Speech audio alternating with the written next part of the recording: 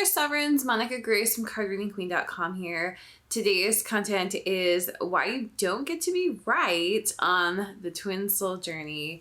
And this is going to be another major insight that I learned for myself from my recent energy healing that I did with Kelly from the Purple Priestess. If you'd like to look her up, she does a twin flame Atlantean healing, and it's very cool. And I did it in mid-June. I had my session with her, and basically since then, a lot of things have been shifting for me, and I was feeling very stagnant before that. So it has been very helpful to me, and I have been learning a lot about twin souls and my own twin soul journey, and so I wanted to capture all of that and share it all with you. So this is all about why you don't get to be right on the twin soul journey, and I'll give you an overview of what happened for me. So I talked about this in another episode of Your Twin Soul Journey, and my videos for my YouTube channel, which is cardreadingqueen.com/YouTube, and then for my podcast, which is called Your Twin Soul Journey, and it's available on Apple Podcasts, Stitcher, Spotify, Google Podcasts, basically any major space where you could download a podcast. So what happened to me is I had been experiencing a Facebook troll, and on the one hand, I do attract that because I am very clear about my opinions on Facebook, just one of my profiles that I tend to post on, and I had attracted somebody who was not just in disagreement with me, but was constantly insulting me on my profile as well. So he would comment almost every single post that I made, and then he would insult me and trigger all the people that were my friends, and it was just an unpleasant experience. So, I guess long story short is I knew that there was something I needed to heal there, that there was a reason I was attracting this person. There was something I needed to heal. A number of people asked me, why don't you just block him, or why don't you do this? And in truth, the reason I didn't block him is because a couple years ago, I had a different Facebook troll that had a very similar energy to this guy. And this more recent guy is, he has a stronger energy, but this person before had a really similar energy as well. And so I did eventually unfriend that guy. And the reason was because I had just had enough. Like, I was tired of it.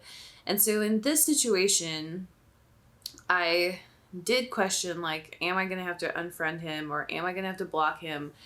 And what I decided was that I wanted to heal it permanently rather than push away the problem and just attract another person to show me and to reveal to me what was going on in the future. So I did, and it ended up in a kind of blowout argument, not on my post, but actually on his post at some point. And as we were arguing, I really began to see his humanity, and I saw the person behind the argument, and he was getting like quite emotional, and I could see that he, for a long time, and a number of people told me, because we have a lot of mutual friends, a lot of people told me that this guy was just a troll, and he was just trolling me, and I didn't have to put up with it, and like, why don't you unfriend him, why don't you block him, blah blah blah. But what I learned from conversing with him over months and months was that he actually has these strong beliefs, and we weren't really that different of people. Like, we've fallen on different sides of an argument, whether it be like a political argument in some cases. There were also lots of things that we agreed on, and there were a number of things that he was teaching me. So he was showing me a different viewpoint that was making sense to me and that I didn't have a lot of exposure to, because I just don't attract people like that. Like they tend to unfriend me if they disagree with me. So he was I have a lot of appreciation for him as a person, because he was really hanging with my post, even though I use strong language and I have strong opinions, and then I was able to hang with his post too. So we were able to have a real conversation about things. And it's not to say that we changed each other's minds, but it felt very good to have those conversations. So the bottom line is that we eventually got to a place of peace. And during this time that he was trolling me, I kept choosing peace. And so choosing peace for me looked like either ignoring his comment or maybe responding to him, but not throwing insults back at him, that sort of thing. And so I kept choosing peace, and he kind of started softening, but he was still not showing me peace, basically. And so then I decided to show him war at one point. And so I was on his Facebook post, like he had posted something, and I was arguing with him, and we were at war. And, I kind of jokingly insulted him, saying, nicer than he ever insulted me, I guess. It wasn't a personal attack, but when I did that, I was triggering him, and he was getting emotional, and I really got to the core of he was somebody who was tired of being told he was a bad person for his opinions. And so he had been called racist, he had been called a misogynist, he had been called all sorts of stuff, and he did not feel, and I think he's correct in this. I don't think this person was racist or misogynist. So he there was a lot of deep pain there around being misunderstood and being villainized for having a different opinion and being in a different space than others, and also just not being heard. There was that sense as well. He wasn't being heard. So as I tried both ways. I tried to choose peace with him. I tried to choose war with him. And in choosing war, really just once with him, we came around to a space of peace. And I don't even know how, but it was basically like I chose war. I felt how it felt, and I thought it would feel better than it did. It felt very bad to me. And at that point, I knew through contrast that I never needed to choose war with this person again. Like I only desired peace. So it was like I was choosing peace for a while in my actions, but not fully in my energy. And then I chose war, and it was a choice, and I just wanted to experience it. And ultimately, then I was able to fully choose peace because I had already felt that war felt bad. So at my core, I chose peace with this person. And because it was so deep in my core, he really had no choice but to respond with peace. And so I knew that cycle would be healed when he stopped commenting on my posts, and that has happened now. So he doesn't comment on my stuff anymore. And the biggest reason is if he were to comment, then there would be nothing, I would offer him nothing but peace. So there's no real opening to have an argument with me. anymore with him. Like I would never argue with him. The only thing I would do is either ignore him or validate what he was saying, listen to him, and like be at peace with him. That's the only thing I can offer him now. And so that it was basically it was a small situation where I felt very right in arguing with him, but being right didn't really feel good to me.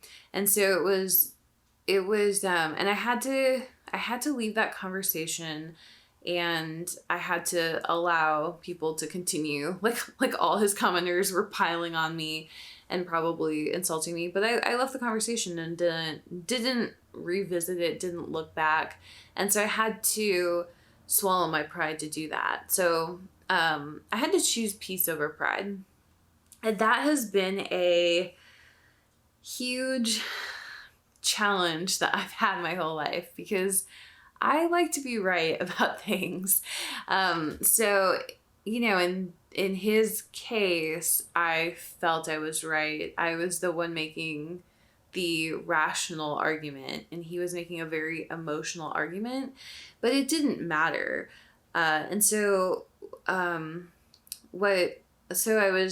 I had experienced that, and then later that evening, I was kind of reflecting on what had happened during the day, and I heard this voice in my head that was basically like, you don't get to be right when it comes to what God wants for you. And this struck me pretty hard, because I was kind of like, well, what is this teaching me? And God was like, you don't get to be right with God. You don't get to choose to argue with God, was kind of the message.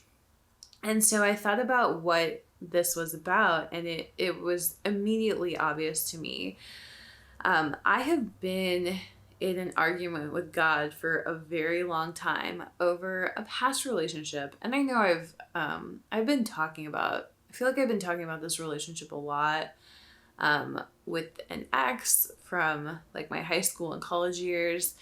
And I think the reason I've been talking about it is because I've just been healing through it a lot.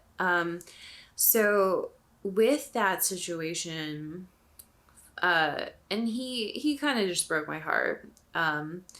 With that situation, I was very angry for a long time at God.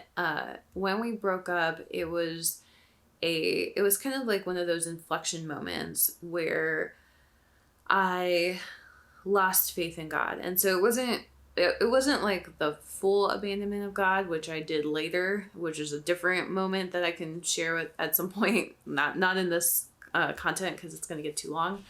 But it was an inflection moment where I really lost faith in God. And what was going on there is I was just angry that I had loved this person and it didn't work out. And I had trusted God the whole way with this person. Like every step of this relationship, I was trusting God, and only to have it not work out.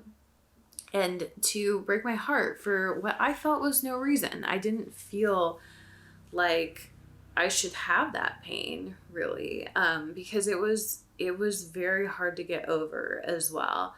And even like into my adult years, like years and years later, like I was still not able to really understand why that relationship even had to happen. And so I remember just arguing with God like so much in my mind for years and years and years. Like, why did you lead me to that? Why did we date? Like, I was doing fine without this person. I was happy without this person. I was going off to college without this person. So like, why bring them into my life? There was nothing of value really that came from the relationship. Like there was no, like we weren't friends afterwards. I couldn't think of any major lessons I had learned. In contrast with my ex-husband, like I had learned a lot with him. And it was a situation where it wasn't a great relationship, but that relationship felt very complete. And I felt like I had taken away so much and grown so much from it. But this relationship, I was just like, I just don't understand the purpose of it.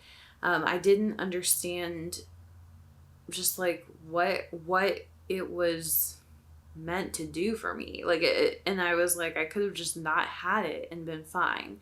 And there were many points in the relationship where I could have said no. And I think another part of it is that from the beginning of the relationship, I thought it was doomed, basically.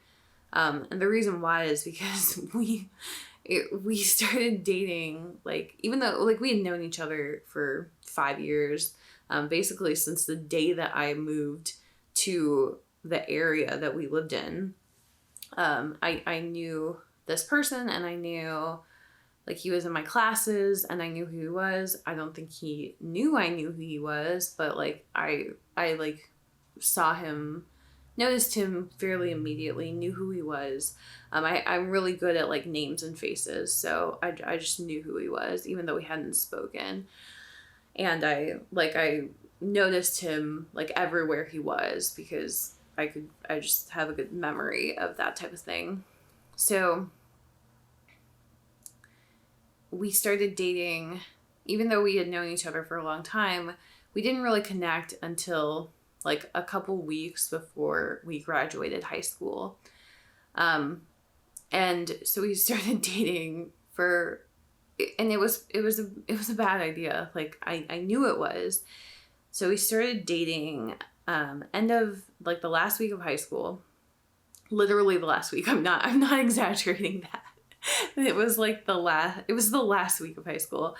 And then we kind of said, like, okay, it's just like we're gonna part ways when we go to college. And we were going to college in different states, like 8-hour drive apart. And so then we got to the end of the summer and we didn't break up, even though we were intending to.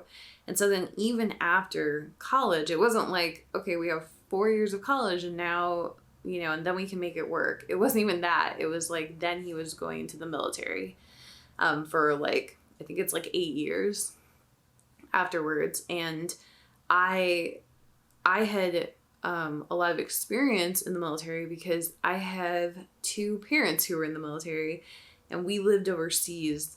You know, the majority of my childhood, I lived overseas, moving every couple years. And so I already knew that was going to be, you know, not exactly, it wasn't like I wouldn't have not been with him because of that, but it was not like my ideal life because I knew that it was going to hamper my ability to have a career, which didn't turn out to be the case because my career is like completely, remote work. Like I have no need to go into an office or like work with a team or anything. So it actually turned out to be like if I had known that at the time, like it wouldn't have been an issue but at the time I thought like, oh, you have to go into a job. So you can't do that at a lot of like bases because they're typically in the middle of nowhere.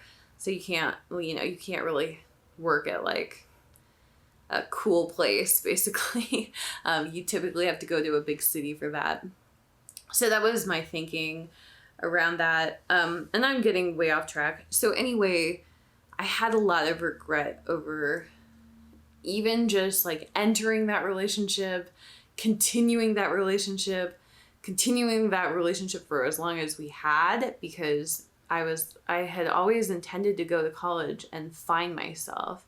And then I went to college and I had a boyfriend from a different state. And so there was no way to like explore who I was at a deeper level because I couldn't like date anyone. I didn't really want to date anyone, but it's like my whole plan was like messed up from that. And it just like all took me by surprise and was kind of against what my ideas were for what my life was going to be. I'm sure that's very common for a college student though. But, I had this massive regret over the relationship, and I kept arguing with God and just being like, man, if I could just go back in time, I would have not dated him, not kissed him. Like, I just would have not gone down that path.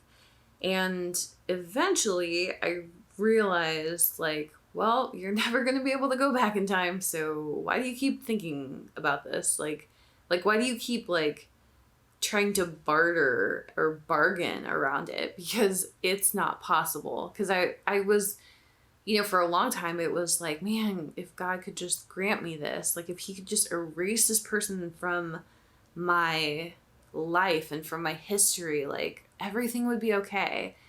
And it was like a bargaining, which didn't make, it was illogical. Like, it's like you were never going to be able to go back and erase this person. So I guess what I'm describing is just massive regret. And I would even say to God, these were all conversations with God specifically. I would even say stuff like, there was no, like, this is cruel. There was no sense in giving me this much pain, because the exchange was like nothing. Like, yeah, we, because with this ex, like, yeah, we maybe had some good moments, but like we were at different schools for so much. It was kind of like we'd never really even had a relationship almost, is how it felt. It's like we didn't ever explore a relationship because we lived in different places. And it was like fairly surface because it couldn't go deeper. And we, by the end of the relationship, which was junior year, it's like we got to a point where, like we had like roommates, like both of us had roommates. We were at different schools, and like we were trying to visit each other on weekends. But that wasn't working because we both had stuff to do on weekends. So it's like we actually just needed to like go to the same school and live together. Like that was like, it just got to a point where it was like, there's literally no point to this relationship because we really have no time to see each other even anymore. And there's no way, like we're like living separate lives. There's no way to like go anywhere with it. And it just hit that point. So I just felt a lot of regret, and I was just arguing with God for a very long time, and God was like, you don't get to be right about this. And it was funny to me because up until then, I almost felt like I was winning the argument. And I think God's point there was there's really no sense in regretting something, because even if you think that it had no purpose, or you think that's not how your life should have unfolded, it was your perfect path. Like, this is the path that I chose for you. This is the path that we co-created together, and this was your path, whether you like it or not, was kind of the energy of it.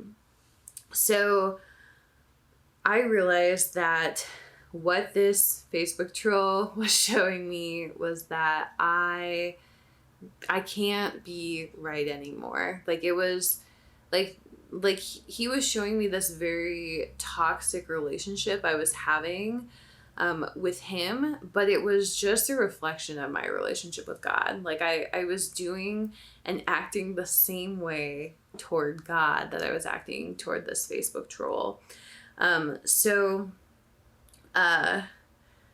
Yeah, it was just saying like, look, your life was perfect for you. It's perfect for you. It's gotten you to this exact point, and it's the life that you chose. So I'm gonna consult my notes because I feel like I'm pretty off track. So basically, the things to take away from this: God is always right. So that's number one. And I think I've explained that pretty well.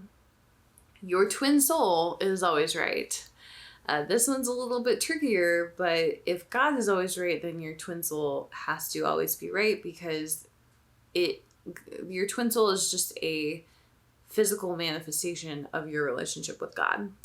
So if I was doing this to God, I was also doing this to my twin soul. And I have definitely seen that for myself, with not just my twin soul, but with all my relationships, of just needing to be right and watching it destroy those relationships or chip away at the love in those relationships. And to take that deeper, it's really that it's not just that your twin soul is right, it's that you are not in conflict with your twin soul. The conflict is the illusion. And so when I was dealing with my Facebook troll, I noticed that, where it was like we're really not in conflict. Even having different opinions about something or approaching things in a different way, we're not really in conflict. So like I was very in agreement with a lot of the stuff around the Black Lives Matter movement, and he was not anti-Black Lives Matter. He just had some issues with some of it. But what I realized was that I was supporting anti-racism, and he was as well. Like he did not agree with racism. And I could see that in like everything he was doing, that he did not agree with racism. So it was showing me like we really aren't in disagreement, even though we fall or seemingly fall on two different sides of this very important and core issue to humanity right now. But like and it was just like this realization that we're not really separate. What else? So you're not in disagreement with your twin soul. You're not in disagreement with anyone. The disagreement is an illusion always. And it's something that you can, if you're in a situation that seems like conflict, look at it as if you are not in disagreement with the person, no matter what, and just see what that shows you. Because your desire to be in disagreement with someone is a desire to be right about something. Like that's really all it is. And that means that you are doing the same with God, and that's going to be fairly toxic. It's going to be a fairly toxic relationship that you're having with God or your higher power. So when I say God, it can be your higher power, the universe, spirit, source, your creator, any word you want to use or any phrase you want to use for your relationship with your higher power, life itself. What I realized in taking this deeper for myself was that I wanted to become a reflection of God and God's peace. So what this means for me is to look at people and to understand, does this person desire peace at the core, or does this person desire conflict? And if they desire conflict, I desire to not engage in any way. And this is really what God does. So God does not engage with anything that's fear-based, including conflict, or like trying to be right. That's a very fear-based thing, because you feel like being right is going to create security for you somehow. Security and safety for you, which it doesn't, or even control for you as well. Justice. So it all goes back to wounding. So, like God doesn't engage with being right. because all the times that I was arguing with him, it never convinced him to do anything. Like, he didn't send me back in time, and he didn't take away my heartbreak. So it was all like, he wasn't able to engage with me on the level of me trying to be right with him. So I want to do the same for others. It's like, if you're trying to be right, or if you're trying to have a conflict with me or with anyone, what God would do is he would just not engage. So what I should do is I should just not engage. I want to continue to choose peace at my own core, even if those around me are choosing conflict. And I believe, and I have seen, that when you are truly choosing peace, that anyone who is choosing conflict is going to vibrate out of your reality very quickly, because there's nothing, they can't take any energy from you. There's nothing they can hook into, because you're not willing to meet them at their level. So those people vibrate out, and choosing really only to engage with people, including my twin soul, only engage with them from a place of peace. And so peace, the other thing is that peace is what attracts your twin soul. So if you want your twin soul, you need to be at peace in general, at peace with yourself, and you also need to be at peace with God. And so that was another thing I saw, was that I can't attract my twin soul when I'm at war with God over regrets from the past or anything like that. And this one was a big regret. And so the healing for me, I feel like it was just realizing that this is my path, that this did serve a purpose, even if I wasn't able to see it at the time, or even if I felt that it wasn't worth it. It still served a purpose for me. And it's the same with this. It's really the same with the Facebook troll. It's like, well, what was the purpose of us arguing? Because nobody really changed anybody's mind. But it's like, well, we both grew as people. And, it wasn't like my choice to heal in that way. It was God's choice. And God's choice was perfect for me. So that is what I've learned about being right on the twin soul journey. And I encourage you, because I have done this myself, to look at, your twin soul, and really anyone. And really the thing to search for is any regrets that you've had, or any places where you felt like this was an unnecessary experience and I wish I had done this instead, or if I had just done this, then this would have turned out a certain way. So any regrets you're feeling, that is your desire to be right with God. And it's insanity to try to be right with God. Like, it's absolute insanity when you think about it, because you're not right with God. Like, that's the problem, is you're not right. Only God is right. God is right, and he has the answers, and you are meant to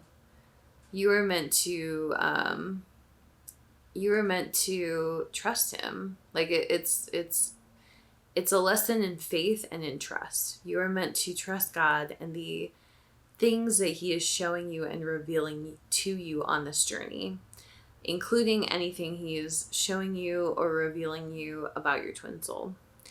So I hope this was helpful to you, and I hope it made sense, as maybe it didn't.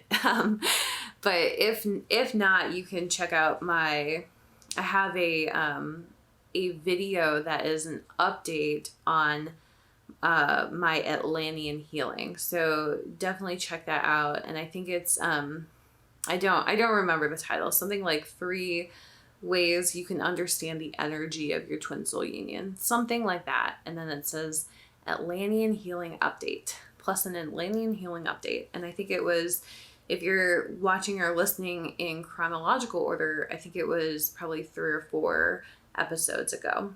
So somewhere around there. And it will give you a little bit more context for some of this, because I wanted to kind of breeze over it, and I don't think I saved much time by doing so. So that's all for me. Thank you so much for watching and listening, and I hope that you have a beautiful and blessed day. Wishing you could get solid information on how to navigate your twin soul journey? Make sure you check out my book related to this episode called Your Twin Soul Journey, A Guide to Experience Eternal, Unconditional, Harmonious, Embodied Love and Union with Your Divine Partner. In the book, you'll learn the cornerstone concepts you must understand to embark on this journey, the truth about the twin soul stages, and my own personal roadmap to finding your unique way through this journey, how to heal quickly through any separation blocks you are facing on your twin soul journey, and answers to all your most pressing questions about twin soul purpose, twin soul telepathy, and twin soul myths. You can find the book, Your Twin Soul Journey, at all the major retailers, or find links in the description to learn more. And don't forget to check out the rest of the books in the Twin Soul Hearts and Union series.